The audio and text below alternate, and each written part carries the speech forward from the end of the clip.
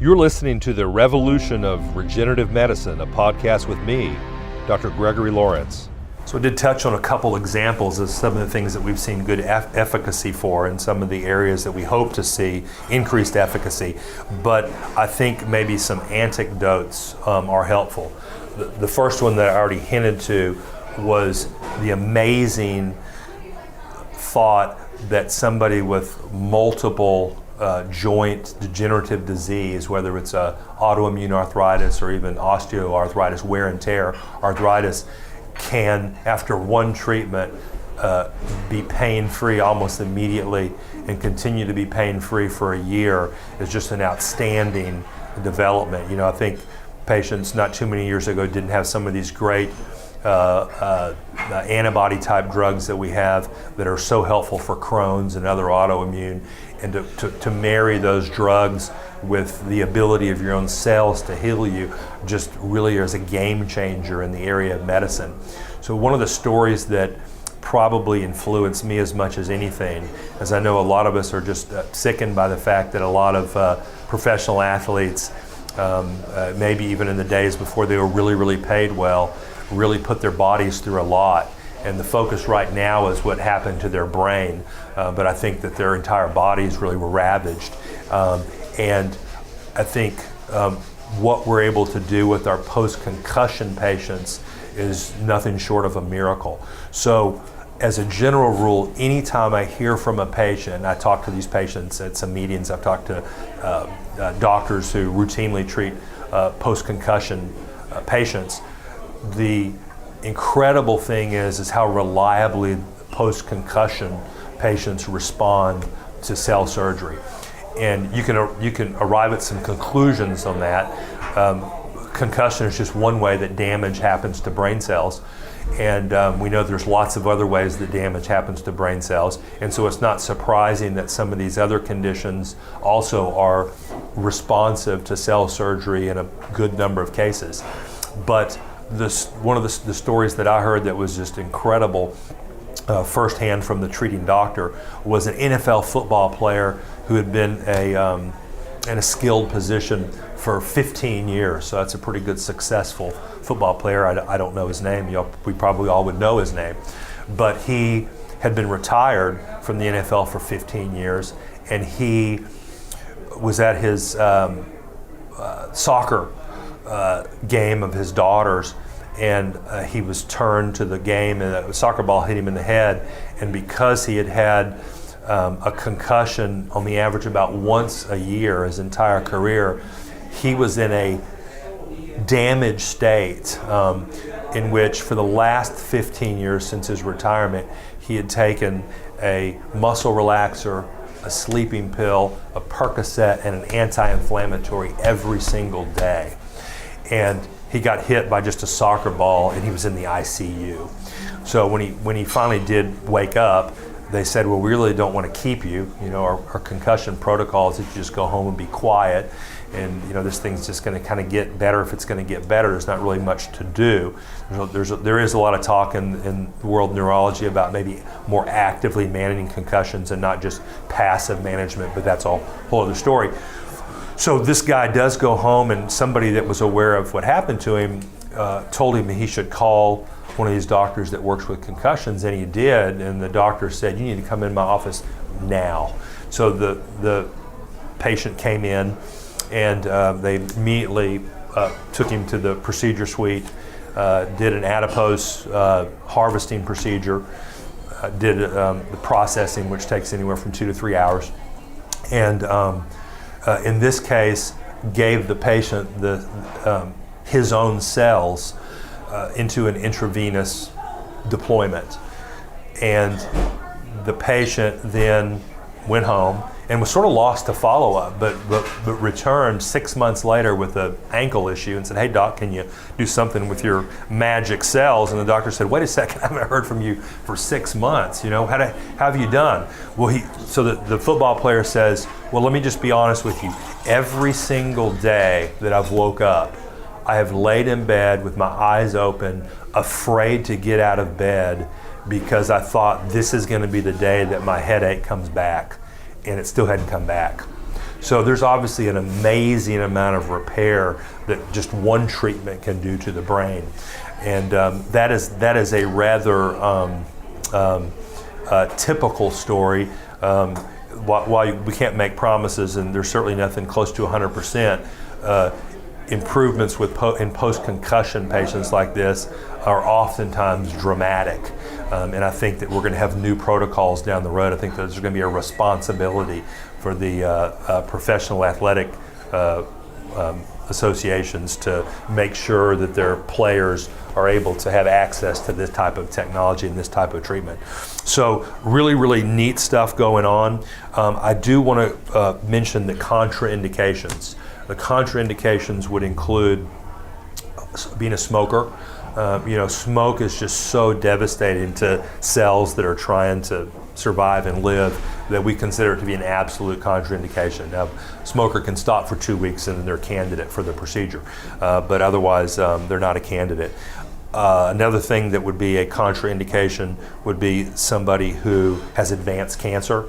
The exciting news is they are going to be using this type of technology. There's a company called STEM Immune that is doing amazing things with using your own cells to sort of using like as a Trojan horse, bringing the oncogenic viruses to the tumors. And I've seen their initial data, and it is absolutely, I understand how complex cancer is. And so going through medical school, I thought, all these fundraisers trying to get the cure to cancer, they're crazy. It's just too different. There's too many types of cancer cells. For the first time ever, I actually can foresee that they're going to have the ability to stop the growth of the majority of tumors by seeing how they were using these cells to basically bring these oncolytic viruses into the tumors. Absolutely incredible. And so, but in my practice, probably any cancer would be something that would be a contraindication for me, but advanced cancer in most practices, we're just not there yet. And then the other thing would be just if the patient can't accept the fact that they might be a non-responder. Now, we can promise them that we just don't see, there's no harm. And that's the neat thing about this, is that we haven't hurt any patients doing this. There've been a couple patients that got a couple funny rashes, like they had some kind of a little immune thing going on, but those were very self-limiting.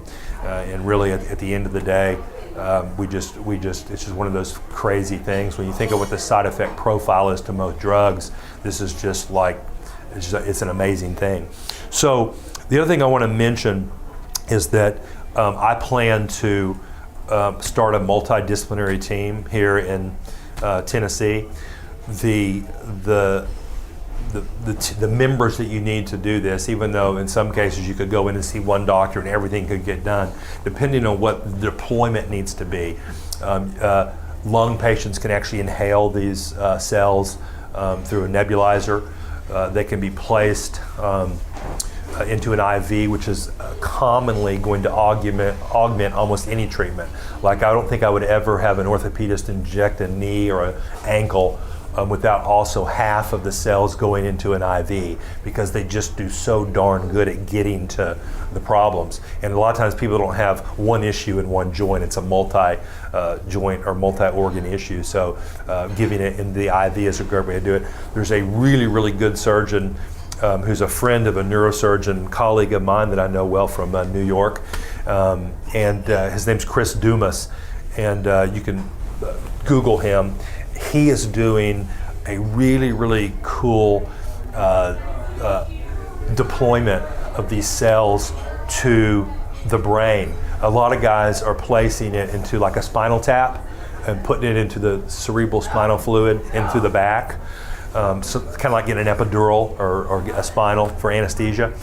But Dr. Dumas doesn't believe that because of the weight of the cells that they're going to circulate very well. So what he's done, he does now you're good when in 20 minutes you can put basically a straw down into the brain, into the ventricle with basically a cistern, a reservoir that can receive a little butterfly needle. And so treatment after treatment after treatment, you can go back, pull out cerebral spinal fluid and do testing. You can give the patient their cells every month straight into their brain, just into the reservoir that he's put right underneath the skin on the head. So this is called an Ommaya reservoir, and so I know that I'm going to be referring patients to Dr. Duma, and a lot of times I may recommend, due to travel restrictions, they might want to have their first treatment intravenous, and depending on how they do, they may want to go for the 20-minute brain surgery. I've been told that a good neurosurgeon can place an Ommaya reservoir in, doesn't have to be in the hospital, they can do it in an office-based setting, which is really, really great when you look at the third world and how we could get some of this care to people.